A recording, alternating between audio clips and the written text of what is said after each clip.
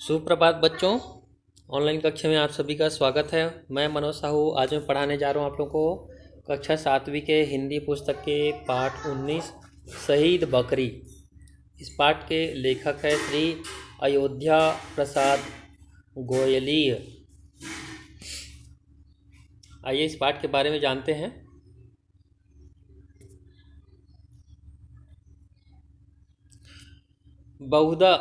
बहुधा मतलब अधिकतर बहुधा यह रेखांकित की जाती है कि संगठन में शक्ति है। अगर कोई भी समूह संगठित है तो वह अत्याचार, अन्याय और उत्पीड़न का डट कर मुकाबला करते हुए उसे परास्त कर सकता है। लेकिन यह भी सच है कि पहल कोई एकाकी ही करता है। ठीक है, एकाकी मतलब कोई अकेला। ऐसा ही एक पहल इस कहानी में एक युवा बकरी भेड़िए से डर कर मुकाबला करते हुए करती है। भेड़िए से डट कर मुकाबला करते हुए करती है। युवा बकरी मरने के भय से बाड़े में कैद होना स्वीकार नहीं करती, बल्कि वह हत्यारे और निरीह बकरियों का खून करने वाले भेड़िए को घायल, पीड़ा और दर्द से छटपटाते हुए देखना चाहती है। बकरी अपने आक्रमण से भेड़िए को लहूलुहान और घायल कर देती है। यह अवश्य होता है कि इसमें वह अपने साथियों की अकर्मण्यता के कारण ढेर हो जाती है, मतलब मर जाती है ना। पर एक उदाहरण अवश्य रख जाती है कि साहस से भरी सिर्फ एक बकरी भी भेड़िए को घायल और घावों से सड़न से मरने को बाध्य कर सकती है। ठीक है, घावों के सड़न मतलब घाव होने और उसके सड़ने से मरने के लिए बाध्य कर देती है। चलिए आगे कहानी शुरू करते हैं। हरे भरे पहाड़ पर बकरियां चरने जाती तो दूसरे तीसरे रोज एक न एक बकरी कम हो जाती। भेड़िया की इस धूर्तता से, भेड़िया क्या है, जो जर्मन शेफर्ड जो कुत्ता होता है ना, उसी के जैसे बड़ा सा रहता है, लोमड़ी के जैसे वो जंगलों में रहता है ना। तो भेड़िए की इस धूर्तता से तंग आकर चरवाहे ने वहाँ बकरियां चराना बंद कर दिया और बकरियों ने भी मौत से बचने के लिए बाड़े में कैद रहकर जुगाली करते रहना ही श्रेष्ठ समझा। लेकिन न जाने क्यों एक युवा नई बकरी को यह बंधन पसंद नहीं आया। अत्याचारी से यूं कब तक प्राणों की रक्षा की जा सकेगी। वह पहाड़ से उतरकर किसी रोज बाड़े में भी कूद सकता है। ठीक है, पहाड़ों में रहता था वो भेड़िया, है ना। तो किसी न किसी दिन वो पहाड़ों से वो उतरकर वो कोई किसी न किसी दिन बाड़े में आकर भी कूद सकता है। शिकारी के भय से मूर्ख शुतुरमुर्ग रेत में गर्दन छुपा लेता है। तब क्या बकरी उसे बख्श देता है? शिकारी उसे बख्श देता है? बख्श मतलब क्या, छोड़ देता है? बख्श देना मतलब छोड़ देना।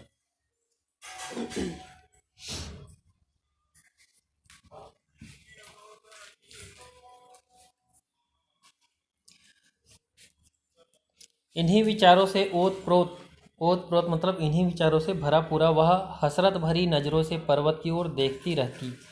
साथियों ने उसे आंखों आंखों में समझाने का प्रयत्न किया कि वह ऐसे मूर्खतापूर्ण विचारों को मन में न लाए। भोग्य सदैव से भोगने के लिए ही उत्पन्न होते रहे हैं। भोग्य जो है सदैव से भोगने के लिए ही उत्पन्न होते रहे हैं। भेड़िए के मुंह हमारा खून लग चुका है, वह अपनी आदत से कभी बाज नहीं आएगा। ऐसा करके बाकी जो बकरियां हैं वो समझा रही है वो नई बकरी को। लेकिन नई युवा बकरी तो भेड़िए के मुंह में लगे खून को ही देखना चाहती थी।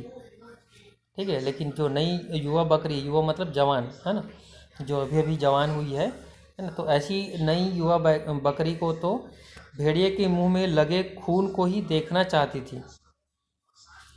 वह किस तरह छटपटाता है। वह करतब देखने की उसकी लालसा बलवती होती गई। आखिर एक रोज मौका पाकर बाड़े से वह निकल भागी और पर्वत पर चढ़कर स्वच्छंद विचरती कूदती फांदती दिन भर पहाड़ पर चढ़ती रही।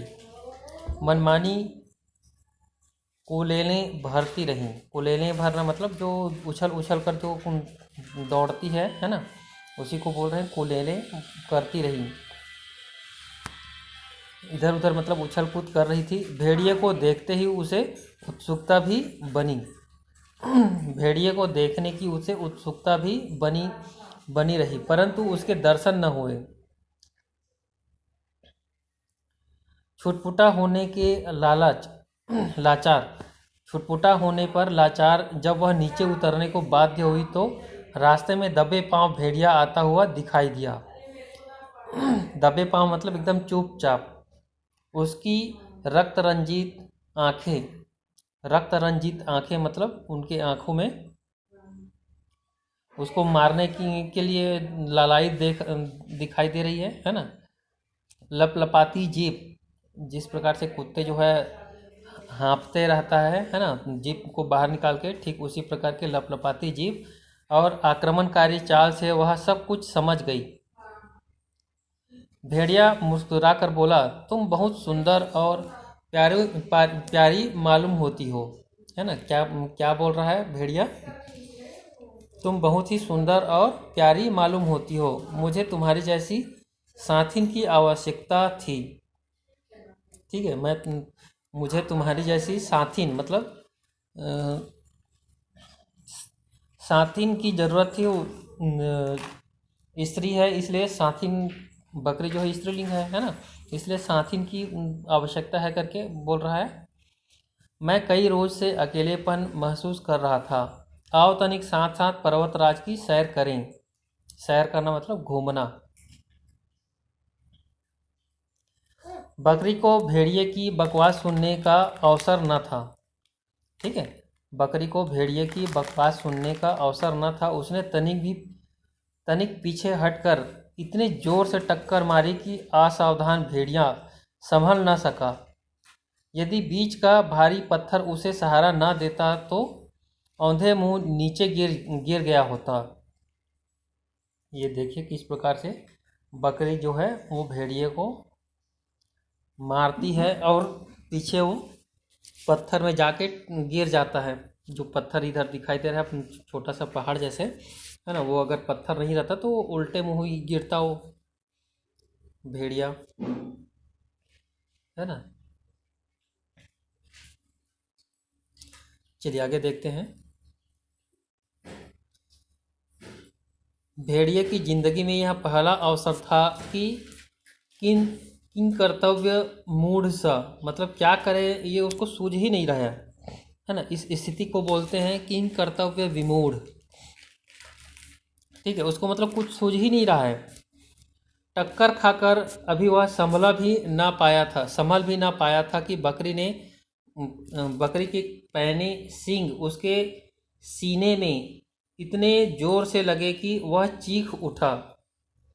क्षत विक्षत सीने से लहू की बहती धार देख। क्षत विक्षत मतलब घायल हो गया है वो, है ना, इधर उधर से बहुत सारी चोटें आई है। तो क्षत विक्षत सीने से लहू की बहती धार देख भेड़िए के पांव उखड़ गए। मगर एक निरीह बकरी के आगे भाग खड़ा होना उसे कुछ जचा नहीं। वह भी साहस बटोरकर पूरे वेग से छपटा। ठीक है, मतलब पूरे वेग से थोड़ा से संभल के पूरा साहस बटोर कर वो पूरे तेजी के साथ वो बकरी के ऊपर वो भेड़िया झपटता है। बकरी तो पहले ही सावधान थी। वह टकराकर एक ओर हट गई और भेड़िए का सिर दरख्त से टकराकर लहूलुहान हो गया। ठीक है, जैसे ही वो तेजी के साथ वो बकरी की ओर दौड़ा भेड़िया, है ना, बकरी जो है तुरंत साइड में बगल में हट जाती है ना। और उससे क्या होता है कि वो उसका जो सींग है, ये भेड़िए का जो सिर है ना, वो एक पेड़ में, दरख्त मतलब पेड़, ठीक है, दरख्त मतलब क्या होता है, पेड़, पेड़ में वो टकराकर लहूलुहान हो गया। लहू को देखकर अब भेड़िए के लहू में भी उबाल आ गया। लहू को देखकर अब भेड़िए के लहू में भी उबाल आ गया। वह जी जान से बकरी के ऊपर टूट पड़ा।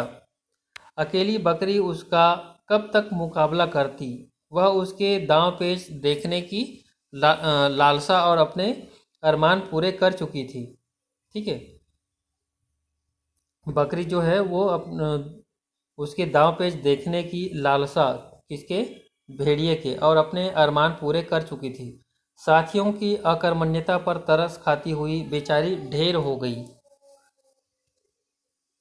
ढेर हो गई कहने का मतलब क्यों, अब वो मारी गई।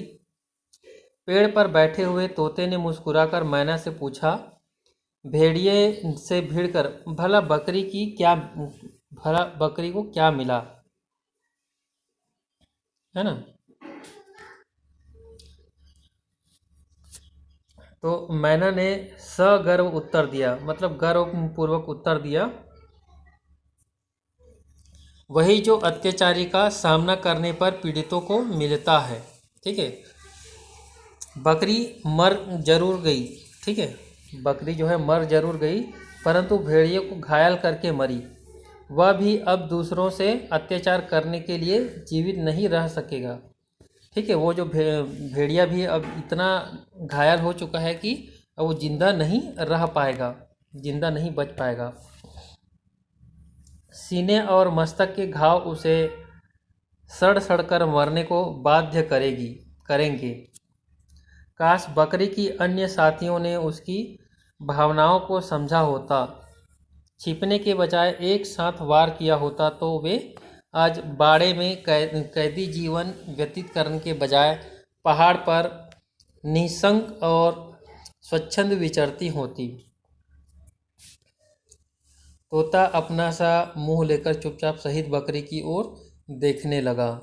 ठीक है, तोता जो है चुप हो जाता है मैना की आवाज़, उसकी बातों को सुनकर।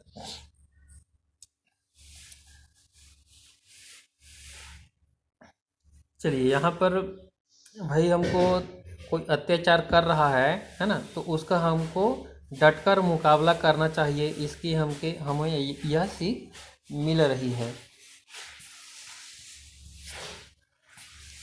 चलिए, इस प्रकार से ये हमारा पाठ समाप्त हो गया।